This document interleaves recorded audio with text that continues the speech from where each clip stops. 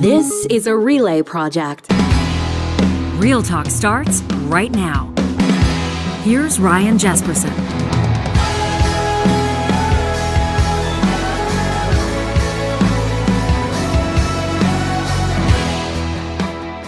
For more than a decade, she has been the face of Alberta's NDP. For 4 of those years, she was the Premier of Alberta, taking the party from 4 seats in the Alberta Legislature to 54. She valiantly fought to keep that title, but couldn't stand in the way of Jason Kenney's United Conservative Party. And then she went toe-to-toe again. As you know, just this past May against Danielle Smith and those United Conservatives, it wasn't meant to be. By just a hair, Rachel Notley's NDP lost that election. And as you know, she has just tendered her resignation, in a sense, put the province and her caucus on notice that she will be stepping aside at the culmination of a leadership race. The question is now, who will lead Alberta's official opposition forward? Who could be Alberta's next premier? We get into it today with a former minister under Rachel Notley, a former senior advisor of hers, a director of communications, and someone who's fought against Rachel Notley for years as the founding president of those United Conservatives. You're going to meet the 3 of them in a second. But first, we want to let you know that this episode of Real Talk is happening with the support of our friends at Rello. You know, the kids are back in school. The new year is turned over. We're into 2024, and for a lot of people, there's talk about resolutions or new leaves or new directions. If you're feeling stuck or unsatisfied at your job, now's the perfect time to go back to school for a new career. How about in real estate? Rello's got affordable online courses that make it easy to pass your exam and get your real estate license so you can start running your own business, setting your own hours, being your own boss, plus unlimited earning potential. How good does that sound? Now, what sets Rello apart is how committed they are to your success, whether it's the live instructors hosting online exam prep sessions every Saturday or the resources that are there long after you've got your license. Rello wants to see you succeed. And right now, a great offer for those of you hearing about this on Real Talk. You can save 20% on any Rello course with the code REALTALK. That's Real Talk, all one word, at rello.ca. Marg McCuaig-Boyd was Alberta's Minister of Energy under Premier Rachel Notley. She's making her Real Talk in-studio debut, which is awesome to see you here. Thanks for being here. I'm going to have to get to used to, I'm going to have to not call you minister.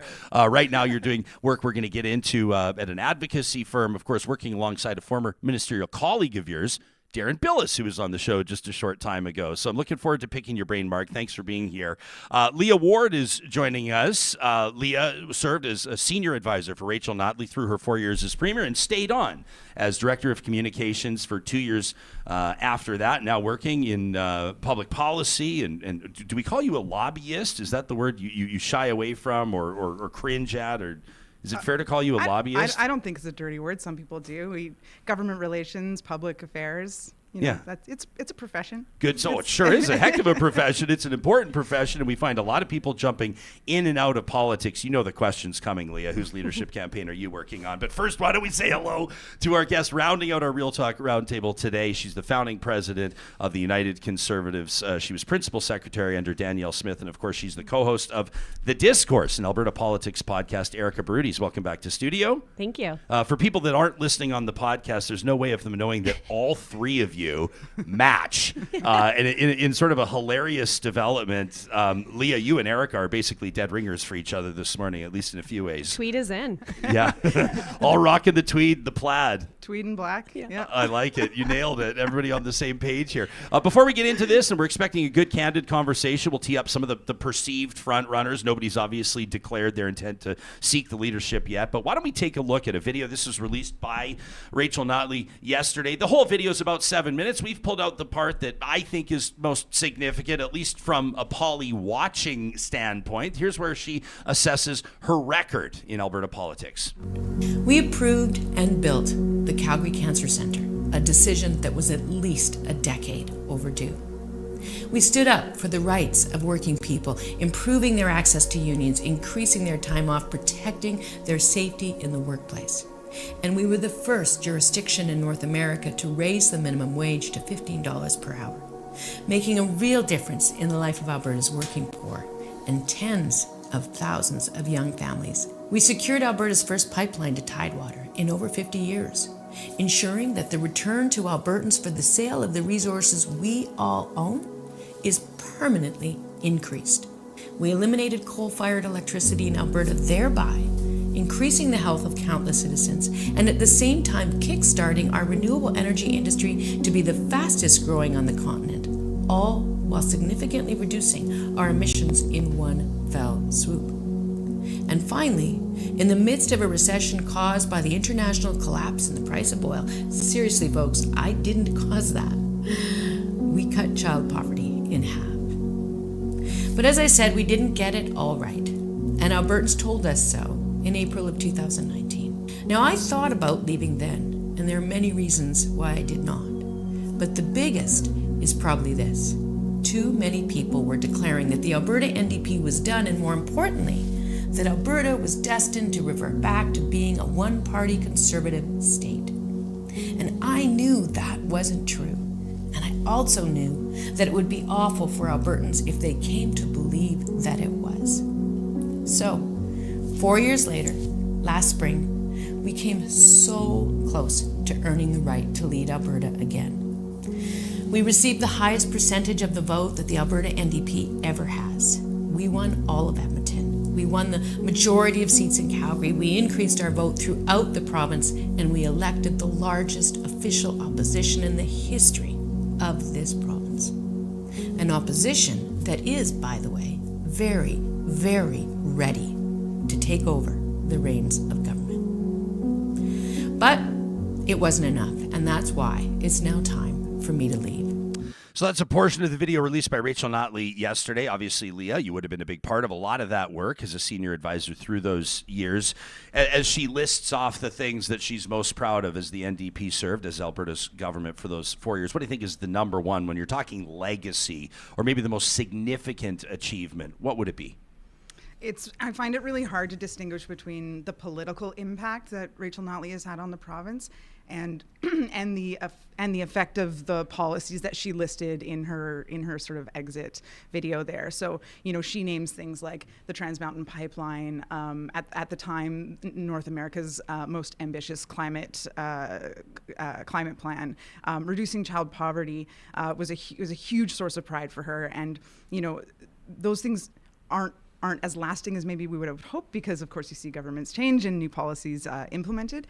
But the mark she has left on the province in terms of consolidating progressive voters under an NDP banner, inviting people to vote NDP in record numbers, defining the NDP as a viable alternative to a conservative government where we can be competitive in elections. Those things will, that's legacy making. It's pretty cool for us to have a former energy minister in the House, but don't think that you're going to get out of here without us talking about what happened with the grid over the weekend, Marg. Oh my God. Obviously, you'll have some insight into that, but as Leah details, you look at this party that goes from, I won't say it was not a joke. That's kind of a brutal thing to say. But 4 seats in the legislature, nobody was talking about the NDP forming government. There were people working hard. I remember back, Darren Billis and Brian Mason, Rachel Notley. Everybody's remembering that crew, David Agan. But then you're part of this crew that rolls in. The critics called it the accidental government. You guys called it the Orange Crush.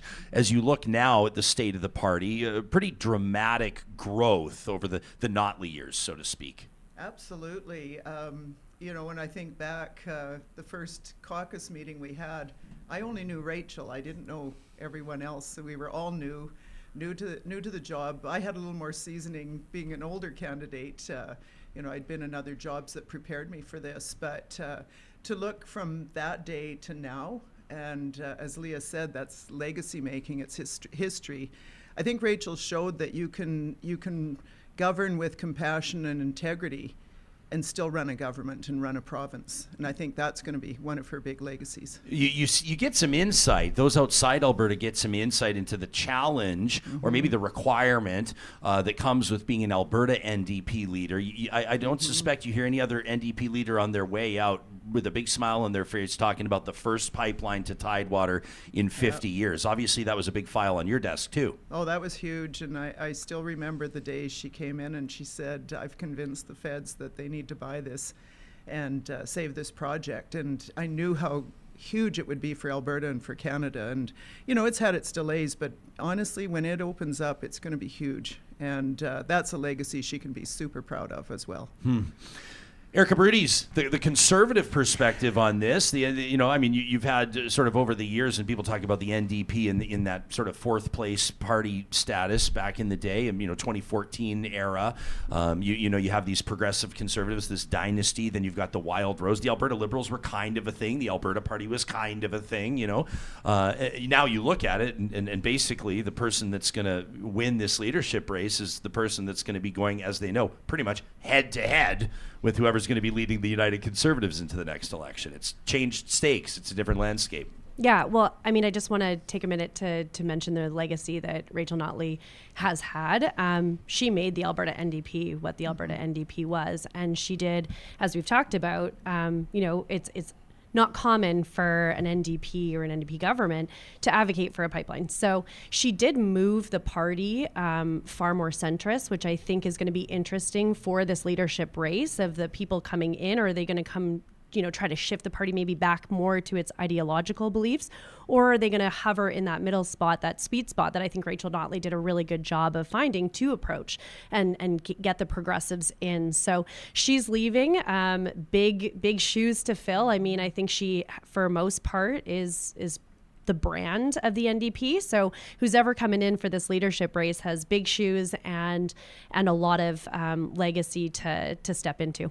I think that Erika makes a great point, Leah, and you take a look at some of the work that the Notley government did and achieved, and I know that everybody is really proud about cutting those child poverty rates in half, and I know that she's obviously mentioned it, really proud about Alberta being the first jurisdiction to get minimum wage to $15 an hour, but the critics on the left will say that NDP government didn't go far enough, right? Like, the advocates talking about how AISH hasn't really risen in meaningful ways. And that might be one example why people might say this next leader of this party might need to bring it back left, might need to swing it back more to the roots of what people across the country would understand New Democrats to be all about. Some others might wonder if the new NDP looks to resemble the former progressive conservatives, if there might be a spot there. What do you think will work? First of all, Rachel did in fact increase AISH, not only with a one-time top-up payment to make up for years of neglect in raising rates, even when the province was flush with oil money, and also indexed it to cost of living, to the things that the UCP actually undid during hard times. So she did manage to do that when the price of oil was low, and found a way to make those investments in social programs while also bringing down the deficit, which was also something that's part of her governing record. So just to include that in the list of accomplishments, I think is important. But when we talk about sort of the direction of the future of the party, I think it's less about where it sits necessarily on the ideological spectrum and more about the kind of progressive prairie pragmatism. I'll try and get those PPPs out here. It works. Dial up, pop them into your mic here. But that characterized Rachel Notley and successful NDP governments, particularly in Western Canada, right? We're seeing it happen in Manitoba. We're seeing it happen in BC. It's entirely possible here that a new leader comes in with practical, pragmatic ideas that excite Albertans, that give them optimism, that provides hope and designs a vision for a future that people want to be a part of, and that's what I'm looking for. Less than are we going to inch to the center, inch to the left? What's that going to look like? I think it's pragmatism, and that can fall in different places on the spectrum. I've got another P for you for our alliteration journey here. What about personality, Mark? How important is personality? I mean, when you're talking about what Rachel Notley brought to the table, for that matter, what other premiers have brought to the table? There are some that are a little bit more, I won't say mundane, reserved, and then there are some that are real characters. There are some that command a podium. Ralph Klein was one.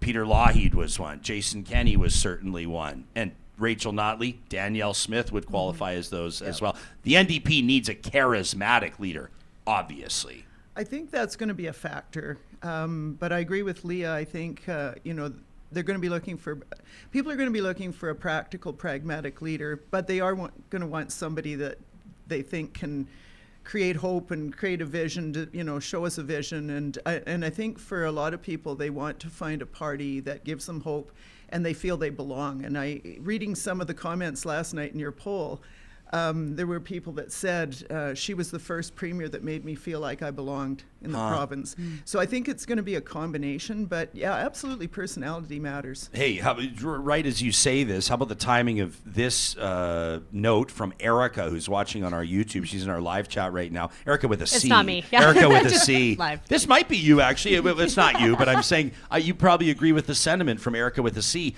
who says, generally not a fan of NDP policies, but I love Rachel Notley. You hear that from a lot of people. Yeah. I mean, this probably makes you just roll your eyes so hard you'll get a migraine, Leah, but I can't think of how many people have said to me, just shooting the breeze about Alberta politics, gosh, if only Rachel Notley could have led the PCs. Yeah. Did you guys hear that all the time? Well, I do. I'm not talking in cabinet meetings, but you hear things like, if Rachel led any other party in Alberta, she would have been the premier for many, many more years. Yeah. We hear that sentiment. Okay, so here's the lovin' for Rachel Notley, and I say it with a smile on my face because I think she's an incredible person. I texted her my personal congratulations yesterday, and obviously she'll be coming on Real Talk to chat when the time is right. We can sit down and chew the fat and get into the stories. But when we come back, thank you for teeing up my unofficial unscientific Twitter poll. That was a pro move there, Mark. We're gonna get to what about 1,000 people have said in the early hours of this. You can still chime in by following me on Twitter at Ryan Jesperson, and then we'll take a look at the perceived front runners here. Who's expected to toss their hat into the ring? Who might? Who probably won't? We'll be looking to our live chat, to our hashtag as well, Real Talk RJ. First, we wanted to let you know that this episode of Real Talk is happening with the support of our friends at Friesen Brothers. When you're talking about Alberta, you can't have that conversation without mentioning Friesen Brothers. They're coming up on 75 years, still family-owned, unbelievable, 16 different Alberta locations. And as the weather stays where it is right now, Friesen Brothers is inviting you to indulge in comfort food through the month of January. Explore their website's recipe page. Some great resources there, showcasing the finest ingredients from your local Friesen Brothers. Stews, slow cooker recipes. That shepherd's pie looks unbelievable. You can find more information at friesen.com/what's for dinner, including videos to follow to make your cooking even easier. How great is that? We talked a bit about New Year's resolutions. We talked about turning over a new leaf. What about getting organized? What about decluttering? Nobody can help you do that better than the team at California Closets. Whether you're looking at your home's primary bedroom, a storage room, maybe it's the home office that you'd love to double as a guest room with one of those Murphy beds. Could even be your garage. Nobody does garages like California Closets. It all starts with a free consultation. Their team will come up with solutions you never dreamed of. I say it with firsthand experience. Again, you can find them online at californiaclosets.ca. And if you're looking to educate yourself, if you're looking to school up before you hit the job market, have you considered Athabasca University? They're Canada's open university with tens of thousands of students across the country that choose them because they're getting world-class accredited online degrees and courses designed so you can complete your education wherever and whenever it works for you. Your only commute is to your device. You can open your options with online offerings at Athabasca University. The journey starts by visiting them where else? Online at athabascau.ca. Hanging out with Erika Barootes, Marg McCuaig-Boyd, and Leah Ward on the heels of the announcement from Rachel Notley that she's triggering a leadership race, essentially, to see who will lead Alberta's official opposition into the next election. So obviously got to ask the question. I'm sure that you are, in some capacity, interested in this leadership race. I don't know if you have a horse in the race officially yet. Nobody's announced that they're seeking it yet, Leah, but do you have a favorite? Have you committed to a team? Well, out of respect for the process, I'll keep my my pick, to myself until folks have had a chance, until we've got a sense of the rules and we know, when the race will start and when the vote will happen, and give people a chance to launch their campaigns. But we are, there's been publications obviously sort of highlighting some of the front runners, and I think all of them are really exciting options for the party. So I mean, I'm looking forward to a good race. Okay, so this is again unofficial and unscientific. Please, if you want to get pissed off, we are always looking for material for the flamethrower presented by the DQs of Northwest Edmonton and Sherwood Park. But Twitter only gives me 4 options on a poll. Okay, so here's what I threw out there. The scuttlebutt is that we could and maybe will see leadership bids from these 3 individuals, and then we put other as the 4th option. Number 1, Raki Pancholi, the Edmonton Whitemud MLA. Number 2, an MLA and former minister out of Calgary, Kathleen Ganley, a popular MLA and former minister as well, Sarah Hoffman out of Edmonton. She's my MLA. And then in the other category, we've asked people to reply below. There's a lot of love for Janice Irwin in those replies. As it stands right now, about 1,100 votes with 12 hours left to go. 47%, half of respondents are picking Raki Pancholi. About 20%, just under 20 for Kathleen Ganley, about 10% for Sarah Hoffman, and a quarter of the votes say other. Does that surprise you, Marg? You got kind of a coy look on your face right now. Have you declared your support, or will you be declaring your support either privately or publicly? It could be just between the 4 of us here if you like. No, likely I'm going to wait and see what process unfolds and who decides to run. I certainly know all those folks, and as Leah said, they all bring something to the race, but I think there'll maybe be some others, and I'm going to sit back and watch it. Okay, so you're going to, of course, you're probably friends with, and maybe even, who knows, future colleagues with some of these people. Yeah. You've sat around a cabinet table with Kathleen Ganley and Sarah Hoffman. So I want to ask you what the 2 of them bring to the table. Maybe give us some insight into their personality. Tell us a story about Kathleen Ganley. Oh, I don't know if I have a story, but she's certainly a very bright lady. I worked with her on the legislative committee. She's got big eye for detail. Yeah, so former justice minister, I should say. Yeah, justice minister and lawyer. So I learned a lot about reading the fine print on things, and I know she's done a lot of work in Calgary, meeting with energy people as energy critic, and a number have said how well she presents herself and she gets it, and she's done some good work there. Sarah's well known in Edmonton here. Yeah, Edmonton Public School Board led that for quite some time. Health minister. Yeah, very well known in those circles, and both were great ministers to work with. And Sarah's probably the most aligned with Rachel, I would think, right now. I hear people saying that, but what does that mean? I think she's more on the social end of things. She cares about the healthcare and education and those things.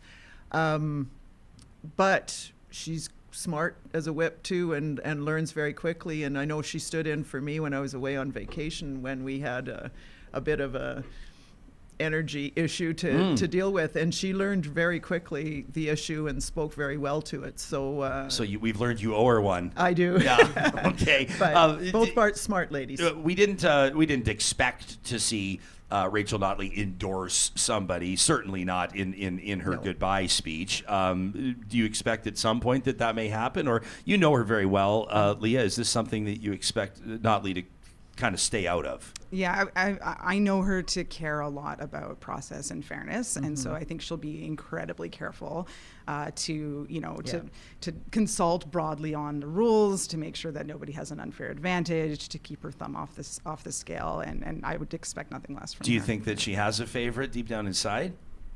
That's for her to know. Yeah, the feeling of an heir apparent. Yeah. Does anything surprise you about the unofficial, unscientific Twitter poll that we're conducting? Any trend jump out at you there? No, not at all. I think that's what you've been kind of hearing in political circles, like the 3 names for sure. I was actually a little bit surprised that Raki had such an advantage. When you look at this, because it's just between the 4 of us, from the UCP perspective, I think that Ganley and Raki are kind of the bigger threats to the UCP, and that's probably because they're more centrist. They're both, especially Raki, very charismatic. and they can go, probably the closest from what I see to be able to go head to head with Danielle Smith. Now, I don't think they're there yet, obviously, but I think that they have the potential. So I think you'll see a lot of people maybe split their votes or decide which camps early on from those two. But, I'm hoping for some extreme leftists to win, which helps my party out a lot. So it's just a different. Of those. There's no. You for sure have them. They're just hiding. We'll find them. I'd be curious to know. Like, I remember, I'm a people watcher. Like, this is kind of cliche, but like, I love being at the airport arrivals lounge. I love being at. Well, I don't love being at malls, but you know what I mean. I love watching people, and I remember covering for a TV network in 2015 the night that Rachel won. I remember seeing Linda Duncan. Remember, like, Linda had been kind of on an island as the federal NDP MP for a long time and everything, and seeing her face. But the point I'm getting at is seeing the crowd of supporters and kind of what made up that crowd, and it just you're kind of like, this is the NDP crowd, and this was like a Super Bowl win for them. I mean, this was unbelievable. And then I've been to UCP victory nights, and for that same TV network, I covered 2019 when Kenny won, and you go, okay, that's kind of the UCP crowd, and it's a smaller sample size, but it kind of gives you an idea. Has the identity of the party, I mean, that could include the membership, that could include the donors, has it dramatically changed, do you think, from where it was 10 or 12 or 14 years ago? Yeah, there's no question. I mean, it's grown exponentially and kind of unimaginably if you consider where the party was, let's say in 2014 when Rachel took over the leadership, but let's remember when she launched her campaign in 2015 that ultimately ended in winning government. She had the audacity to stand up and say, I'm running for premier with a 4-person caucus. Yes. And from that moment on, we've grown the party to a point where we quarter after quarter after quarter, we were out fundraising the UCP while they were in government. We came within inches of forming a second government. We have the strongest opposition with really talented and exciting and high-profile MLAs who are chomping at the bit to do good work for Albertans. So we've changed the face of the party. But and if you'll indulge me for one more second, what I think it reflects is a more accurate depiction of the province. And so what Rachel was able to do was to show people, and I think Marg alluded to this, that the story being told about Alberta isn't the true story of Alberta. The true story of Alberta is a diverse, an energetic, an optimistic, a progressive, and a forward-looking group of people. And she was able to show those people that there's a home for them in the NDP, and that's where the growth came from. On the flip side, what would you say is the story that is being told about Alberta that isn't Alberta? Well, look, just oil-drunken, sort of like climate deniers? Well, anti-renewables, anti-progress, anti-Ottawa, pretty much anti, right? That we're not capable of taking up bold positions and tackling big problems and looking to the future and being prepared for it and going with the world. I think that's a story that serves the UCP and is being told. And when I travel a lot for work, and when I'm in other parts of Canada, that's how we're depicted. And I think there's a lot of Albertans who are kind of tired of defending against that because it's not who we are. Huh. Looking over at me. I want to jump in here because I do think that the brand and reputation of us being anti has been, even during Klein, Stelmach, it was something that Alberta had because of our success in the natural resource sector. But even under Klein was the first climate plan. We've been progressive, if you will, on a lot of that, but we have had to combat the quote unquote tar sands as a province for a very long time. I don't think it's necessarily the NDP that can take credit for the movement that way on all fronts. Like, besides, I'd say anti-Ottawa, the current government is really working hard to talk about renewables, to talk about putting money where they are. They? How not? Well, pausing them all for 7 months is okay. Every time I come on the show, I don't know. Well, because it's a big thing. I don't mean to step on your toes and make it about that. I'm just saying I don't know if I would give this government credit under for Redford, there was significant change that then Rachel leveraged when she became premier. Sure. Like, it's not We a should mention Eddie conservative. Stelmach and the Yeah. royalty review and carbon pricing. And I mean, There's it been has kind of gone progress. on a climbing. Yeah, and I do think we are not necessarily the Wild West that sometimes the rest of the or the country sees, but I think we all combat that, and I think that Conservatives are doing a good job on trying to get that message across, because ultimately, regardless of what side you sit on, we all love this province and we want it to be prosperous, and we want the people here to have the best opportunity to live, and that's where I think everyone around this table agrees that the leaders of either party are doing what they believe is in the best interest of the province. Okay, let's get to this unofficial, unscientific Twitter poll. So we mentioned about a quarter of the respondents voted for other. So they say it's not going to be Raki, or it's not going to be Sarah, and it's not going to be Kathleen. Spencer says, for sure, I think it'll be Janice Irwin, and Oregano, her cat, could be Minister of Meows, which I can get behind. That's got 22 likes, by the way. So it looks like Oregano's getting some votes here. It does sound low. David Egan getting a shout out. David Shepard's had some shouts out as well. Obviously, Shepard is like just a great dude. Probably the sharpest dressed fella at the Alberta Legislature, and capable right now as health critic. You heard him on the show a while ago talking about how he doesn't think the UCP could run a lemonade stand. That was the zinger he threw out there. El Jefe says, I don't know, but I have a hard time believing the NDP will succeed. First, it was Grant and then Rachel. The Notleys are the NDP. They're the two biggest names in Alberta NDP history. There's no doubt about that, Marg. That I guess doesn't maybe stand as a barrier in front of people. It's just a reality. This next leader will put their own stamp on a party that has Notley written all over it. Yeah, they will. They'll have to. You can't replace Rachel, so you have to look at who's the next one that can lead the party, continue the good work and then lead them in a good direction. And but certainly Grant, he's the reason I became an NDP. He was my MLA. Oh, is that right? Yeah, I was in Fairview for a number of years, and I knew Grant very well. In fact, I've known Rachel since she was probably 12. You watched her grow up in Fairview, and her brothers I taught, and so that must have been a wild night for you when you won the election with the leader of your party, the girl you'd watched grow up since she was 12. Yeah. That must have been crazy. Yeah. I kind of knew it would happen one day. It was just a matter of when. I've watched her grow up, and she had two strong parents who believed in social democracy, and I used to see bits of both of them.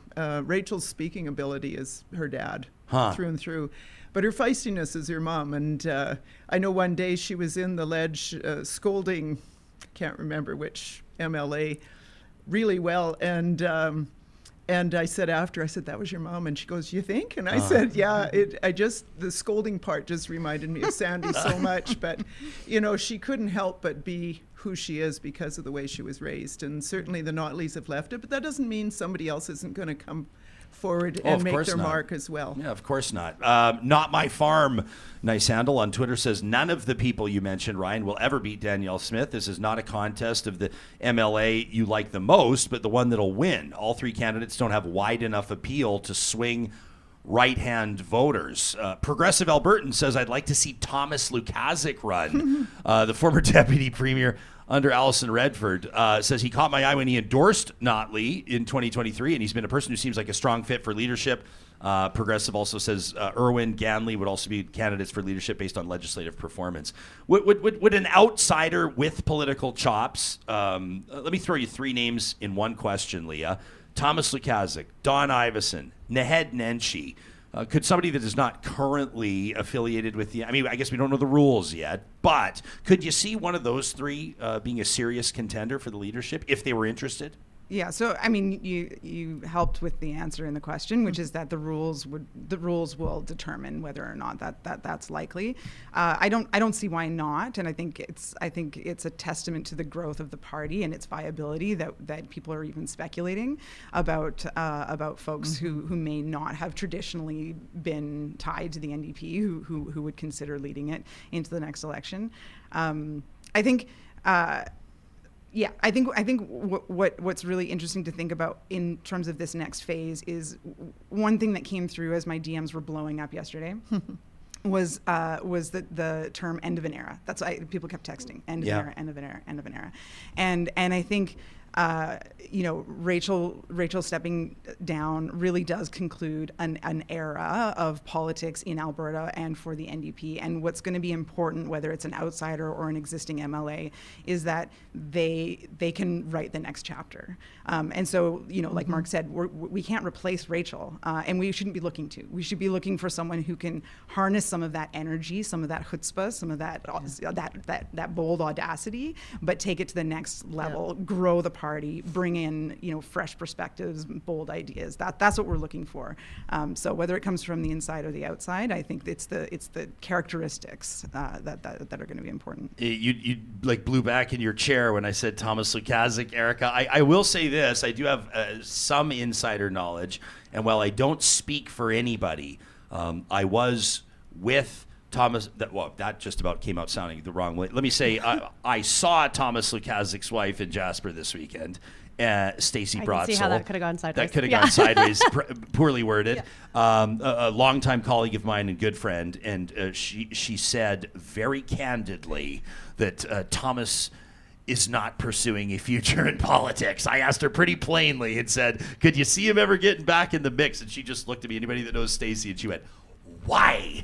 Oh, that's a spouse. That's a spouse of anyone who works in or has. I'll just speak for them and decide before they can speak for themselves. Yeah, but could you see something like that ever happening? Because you know that the current Conservative Party, and this is not an official position, but a lot of people have been informed that they're not exactly on the in with the current administration, and Thomas Lukaszuk would might be on the top of that list. Might be one of those. Full disclosure: I used to work for Thomas Lukaszuk when he was Minister of Education, and so I definitely am not surprised he's gone NDP. He does not consider Jason Kenney a friend. He was very vocal. It wasn't a slow shift. He's always been very, very progressive. And some might argue never a conservative, but he's there. He really likes to tweet. And so, he has an opinion. I just think that coming back to actually what we were talking about, and actually, I think I can't remember the listener's handle, but said something about it's not about likability. It's about ability to your competency, essentially. And I think that's where, some of those names that were mentioned, I personally like them. They're wonderful people, but do they have what it takes? And as Marg was saying about Rachel, how she had that in her blood. She had it in her personality for a very long time. She had those natural skills, where I think some of the other people that were listed are just really nice people that are nice to be around regardless of size, and they're also very clear on where they sit and they advocate, but they've got kind of one issue or one stance versus being able to bring a team together. And I'll give a Conservative example. Pierre Poilievre, in the last many of the Conservative leaderships we've had, wasn't ready until now. He was kind of the pit bull for a really long time. He, chomped at the bit, went fiscally against everyone, and didn't have what it takes, or he wasn't ready in that moment to take over, because you have to bring a caucus together. You have to be able to step up from being a member of the team to the captain of the team.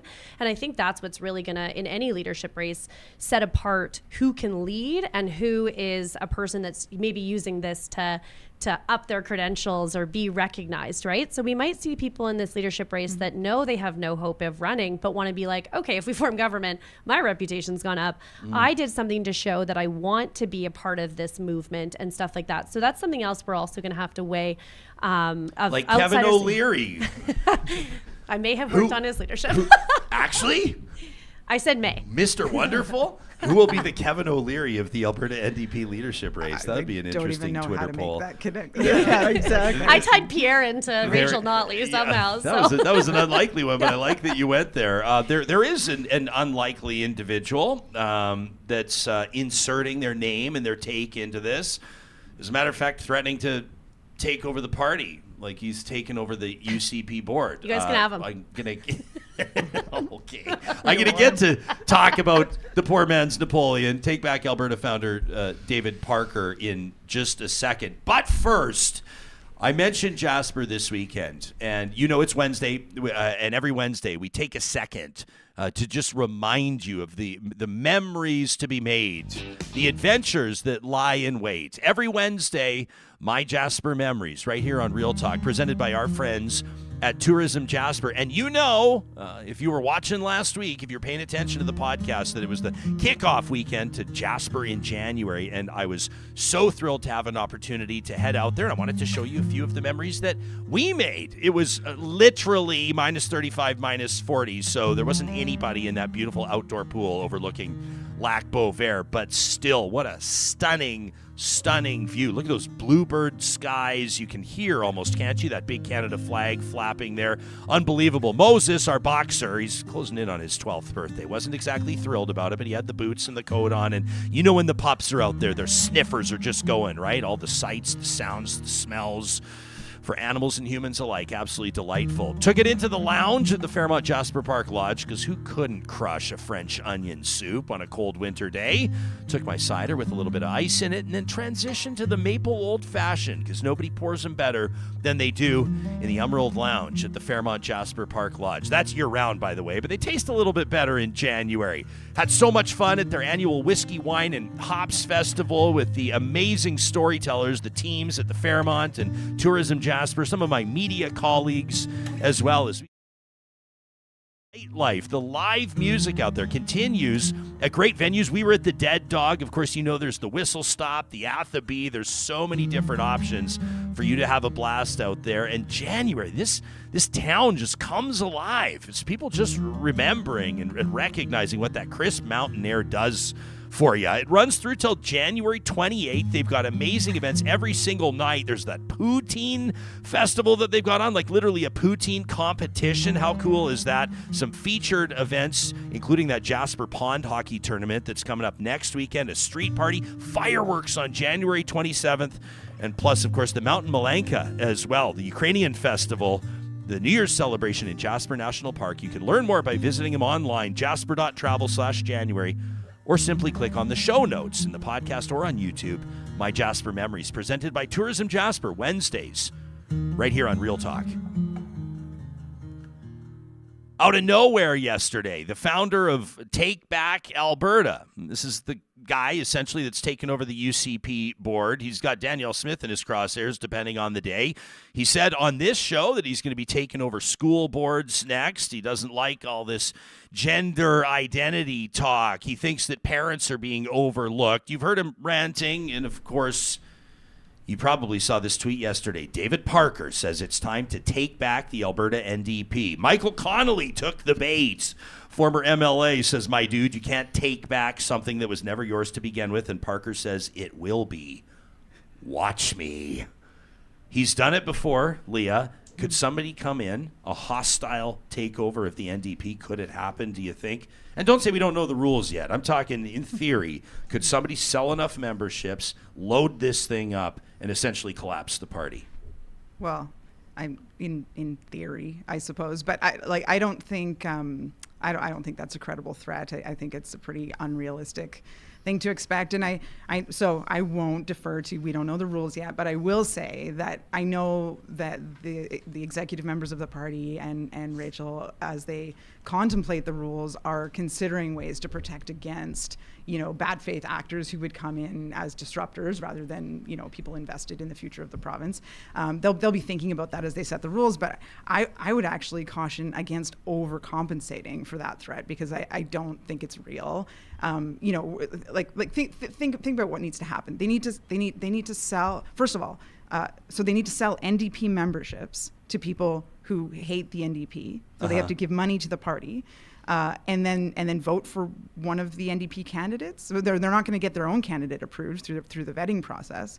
So all of that just feels so unlikely to me that I hope we don't take that threat so seriously that we make rules for them and not for us. If that's helpful. But the UCP didn't really take the threat seriously, and now this guy's controlling the board. But I would say, I think our rules, getting into my policy nerdness of the party, I think our rules are very different. So ours doesn't really stop the mass purchase of membership. So it's one member, one vote. Your rules we'll see what they are, but could be different to vet those memberships a little bit more. I do agree with Leah. I don't think that they should overcompensate for this, but as I kind of snuffed, if David Parker goes over to the NDP for 6 months, that's great. So I do think where it would be interesting though is it's also a very different climate of, like Leah said, who you sell memberships to, how you mobilize, again, very different than the UCP, very grassroots structure. So I don't think that you can apply the formula in which he's used maybe for the UCP on the NDP's structure. So, and probably similarly to the school boards, it's going to be maybe a realization that one formula or one shoot is, one size does not fit all on how he's been able to maybe have influence in the UCP with the NDP. And I mean, he comes out and says it. I would say, like, if you really want to infiltrate, don't tweet about it and just do it. Marg, right? you're just laughing. You've been laughing ever since I I'm started. like, why tweet about it? You're like, here's all my cards, guys. Well, But you haven't stopped laughing the whole time we're talking about this, Marg. well, I just think it's a stupid threat. And, they couldn't win Westlock the other day, trying to run a candidate in Westlock. So, I think I agree with Leah, like, don't give it too much attention. And I agree with Erika, like, don't tweet it. Like, how stupid is that? Yeah.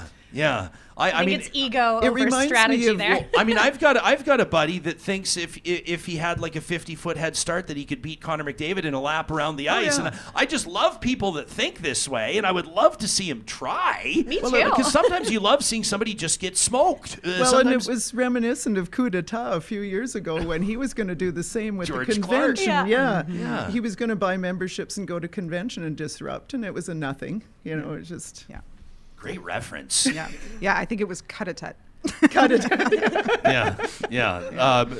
There's some discussion about whether or not the leader needs to be from Calgary. I'm not sold on the idea. I don't think you need to be from Calgary, but obviously Calgary is hugely important to any party that wants to form government. Does that give someone like Kathleen Ganley or Irfan Sabir maybe an edge? So actually, Erika's brought this up a couple of times, that whoever wins this leadership will go up against Danielle Smith. Well, we don't know. Assuming Danielle Smith is still Assuming the leader, she they will don't have be a there. great track record for keeping leaders. No, not for in an any of our entire term. conservative parties. Right. Yeah. But let's imagine it's still Danielle Smith, but certainly against a UCP premier, and that person needs to be ready to govern the whole province. So yes, Calgary's an important electoral jurisdiction. We've seen tremendous growth there with a leader from Edmonton. So I don't think that postal code precludes any specific leader, and I think anyone who would suggest that this race is about who is the most Calgary should probably consider a bid for mayor and is missing the forest for the trees. This race is about who can win government.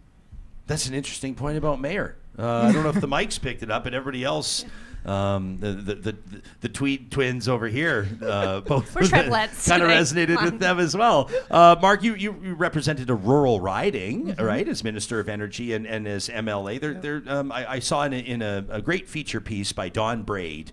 Rachel says that, when she says, we made some mistakes and there were some learning opportunities, she identified Bill 6, the farm safety legislation, as the moment that the honeymoon ended. There's obviously some ground to be gained in rural areas, and people like me are oftentimes guilty of spending too much time talking about Calgary and Edmonton. I mean, it's a three-headed monster, right? You've got great insight here. Yeah, I agree. I think there has to be a plan by someone to how are they going to bring back the rurals? And I think they are. They can be brought back. When I was in government, there was 11 of us that were rural MLAs. So I think that's important. And I agree with Leah. I don't think Calgary is the be-all, end-all. I think it's somebody who's going to bring the whole province in.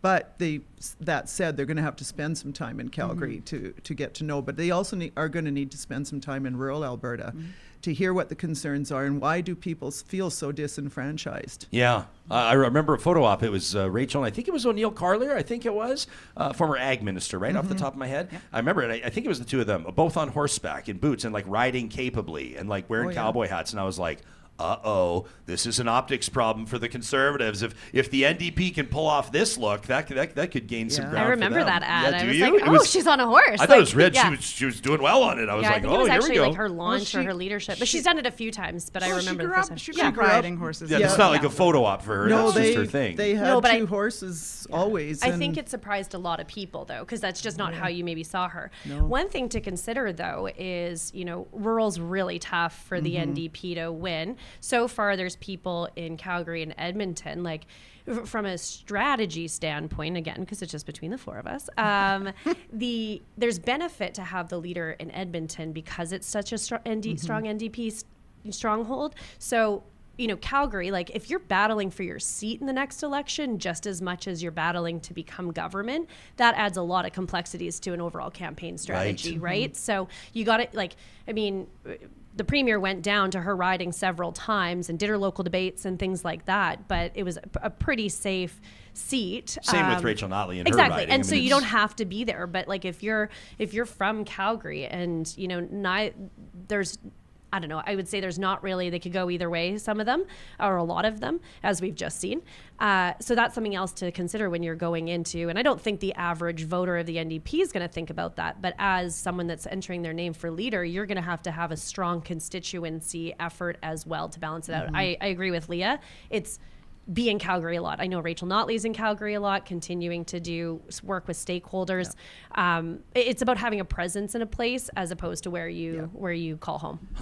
I want to thank the three of you for your time, but we got several emails about Rachel Notley, and I think part of this needs to be, as the Premier did yesterday, and as others have as well, former staffers of hers, but part of this needs to be recognizing a politician and public servant that's given it their all, and then part of it, the talk show hosts and the podcasters salivate over is a leadership race and the engagement that comes with that, and we'll have lots to talk about.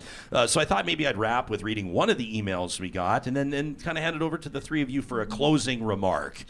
This one from Gillian, who wrote into talk@ryanjesperson.com, says, I have a few thoughts about Rachel Notley that in my view aren't spoken about enough. There was a reason why outside of Alberta she was one of the most liked and respected premiers. Here in Alberta, too many folks just couldn't look past the fact that she was Team Orange. Here in Alberta, too many folks still approach politics like hockey, cheering for jerseys instead of voting for policies or character. I arrived in Edmonton months before the Orange Crush, having just left London, England, and having grown up in Quebec.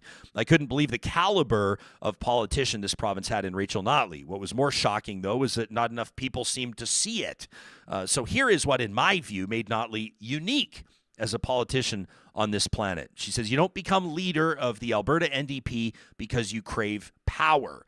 Notley took over a party that didn't stand a chance. And then she rode a wave of voter disappointment and disillusionment with the Conservatives all the way to the top job. The only response that the parties on the right had was to merge, not to change or offer better, but to merge. Folks who are quick to criticize Notley's competence need to remember that the right in this province saw merging as the only way that they could beat her. That's how strong and appealing she actually was. Notley's the leader many people disillusioned with politics dream of, make movies about, the decent person who gets in, like in Designated Survivor, the good guy or good gal who would never have been dishonest or cutthroat enough to make it to the top, though through the usual political routes, but something happens and all of a sudden there they are. The last time I can think of something like that happening was when Jack Layton's NDP, in quotes, accidentally became the official opposition because Quebec was in a mood.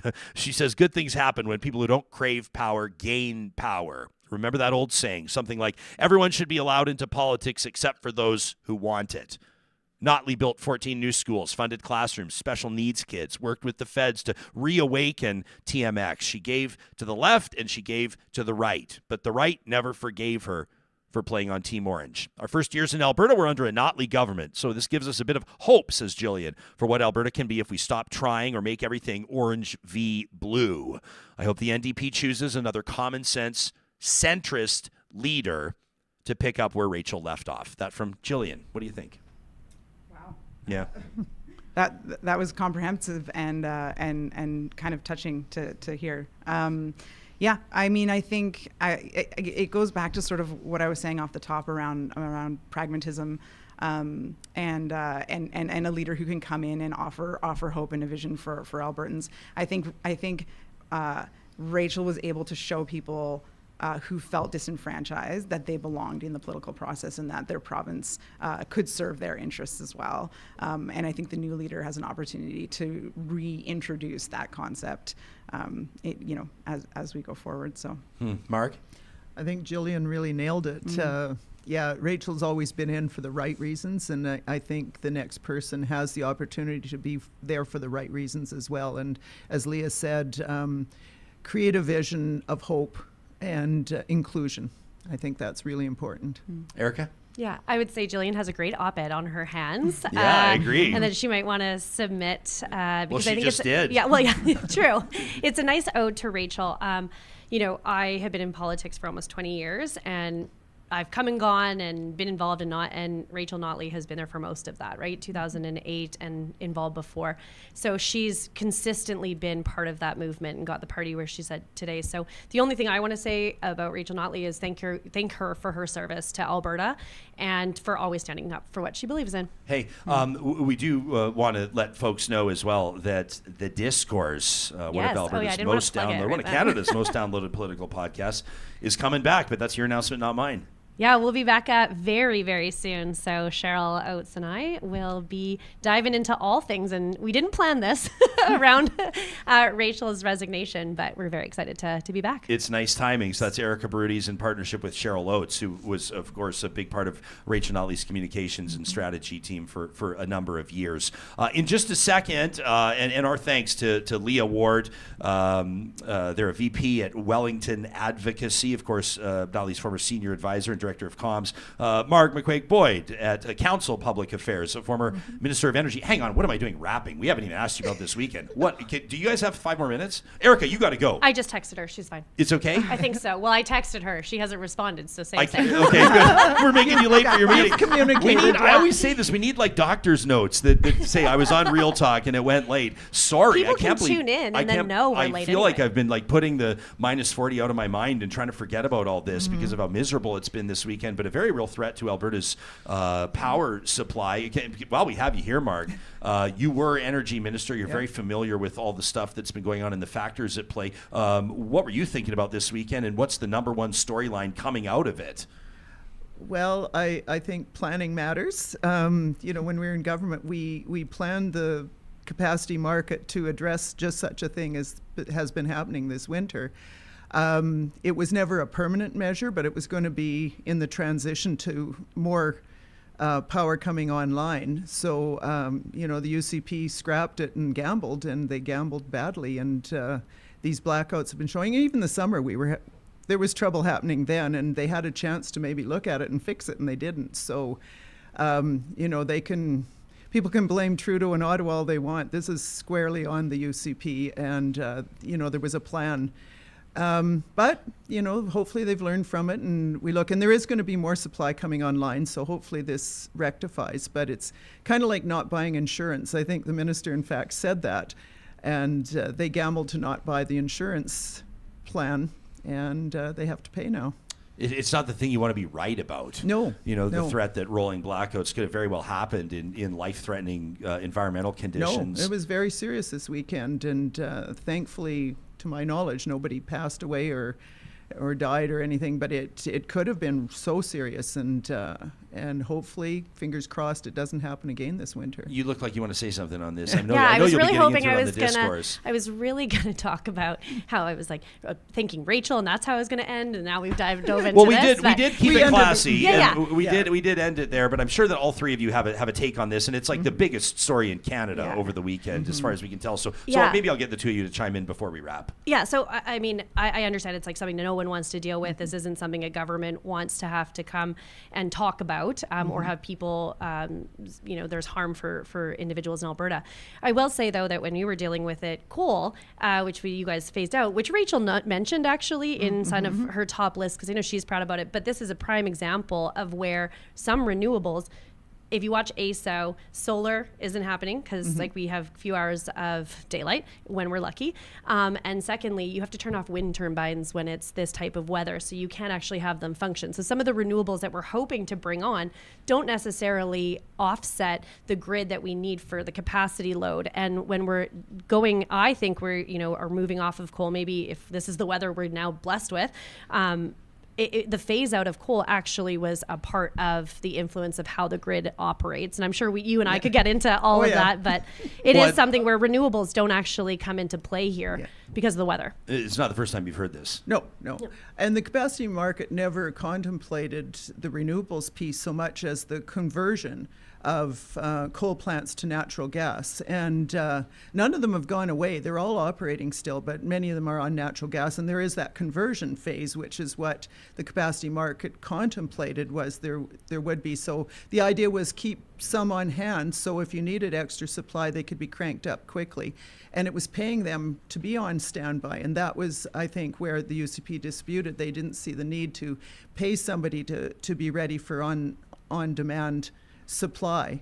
But renewables were never part of that. But ironically, the renewables did end the phase this weekend because they did function when the sun came back. But everybody knew that wouldn't be what you were counting on. But I don't know if everyone knows that. It was on the conversion. Well, and I think, and I'm grateful to have you here because I think a lot of people just need to get schooled up on, including me, on like, we don't know. All we know is like when we plug things into the wall, we expect them to work. And that's pretty much it. I think the important thing too is this plan was brought together by consulting with industry. It wasn't a political plan that we invented. We consulted heavily with industry on it, and so it had sound backing. Leah? So, I mean, I think you touched on the crux of it for regular people, which is that they're not going to understand the capacity market that Marg could probably spend an hour teaching us all about. And I appreciate the comments she made about sort of the planning the missed opportunity around planning by the UCP here. It's a bit of an own goal. But I think what Albertans want are less tired old blame games and solutions that allow them to keep their heat on and plug in their devices when they need them, and that is not a fight that should not be a fight against renewables. It should be a fight for planning. 100%. And I'd also suggest that like Rachel Notley didn't leave the Premier's office like 3 weeks ago, right? The Conservatives came back in 2019, and there's been a lot of time since then. So if people want to start pointing fingers, it doesn't make any sense at all, logically, to point them at just one former government, one former premier. Let's have a fulsome and comprehensive conversation about whose policies factoring in here and where Alberta needs to go, most importantly, from here. If you missed our conversation on Monday with energy economist David Gray, I encourage you to check out that episode of Real Talk. The guy knows what he's talking about. He's worked across industry, across Canada, for that matter, including in the Northwest Territories in Alberta. He's seen those wild weather events and, of course, has a good understanding and can explain it in layperson's terms, most importantly. That was this week's first episode of Real Talk. You're welcome to check it out. We have a video that we're going to leave you with. Before I thank a few of our sponsors, I want to mention this video. There was a guest that was booked to headline today's show. He's one of the most popular YouTubers in the country. His no-nonsense brand of political commentary is not for everybody, but it is absolutely hilarious. We bumped him because Rachel Notley announced her resignation, and we had to get this power panel in here, and he sent us a video. In just a second, I'm going to show that to you. We're going to wrap the show with it, a personalized video from one of the most popular YouTubers in the country. But first, speaking of renewables, our friends at Kubi Renewable Energy want to let you know that they are always hiring. They are literally always hiring. It doesn't matter what time of year it is. They're not sending their teams up on roofs right now to put panels on, but their design teams are working. Their engineers are working to make sure that those installs are ready. First time that spring weather allows, they're going to be getting people going green in Alberta, based out of Edmonton. They've got a beautiful office in Calgary. They're down in Lethbridge now. They're hiring up down there. And then in Kamloops, too. Kubi Renewable Energy is Western Canada's busiest installer. From the tiny little projects at your cottage all the way to the big ones at convention centers and office towers. People are trusting Kubi for solar energy solutions to power life. You can check out the careers link at kubienergy.ca. At Complete Care Restoration, a clear message for those of you that are maybe navigating a nightmare right now. Your pipes have burst, there's something going on weather-related, and you need it fixed as soon as possible. Nobody does it like Complete Care Restoration. They built our studio. I can tell you firsthand, we've seen their professionalism at play. You can trust them with more than 25 years of experience, and find them online at CompleteCareRestoration.ca. And a shout out to our friends at Eden Landscaping. Their teams are busy designing the summer installs right now as well. If you want that water feature, that outdoor kitchen, you need your retaining wall fixed, Eden Landscaping is the go-to for people in the Metro Edmonton region that are looking to bring outdoor spaces to life. Custom landscape builders with more than 20 years of experience. You can make contact with them and get that design conversation started at landscapeedmonton.ca. All right, here it is. We're grateful that he graciously agreed to bump from Wednesday morning to Thursday from his home on the farm in Saskatchewan. Here's a personalized message. What he said to us when we asked him if he could be flexible. Here's quick Dick McDick. All things considered, I don't really have much of a schedule. You know, whatever time it is at night here, I just finished shoveling a day's worth of frozen shit out of a trailer after hauling culls at minus 35 all day, so... Thursday? Fuck, sure, Thursday works. All right, there you have it. Quick Dick McDick will headline Thursday's episode of Real Talk, and then coming up on Friday, we've got a great roundtable in store. In partnership with our friends at the Alberta Chambers of Commerce, we're going to take a look at the business angle on the big announcement this week, plus the outlook for what's driving investor confidence across the province of Alberta. And by the way, just in case you didn't already know, our inbox is open 24 hours a day. Talk at RyanJasperson.com. Let us know what you think about everything our panel dug into today. Who knows? You could hear your words read right here on Real Talk.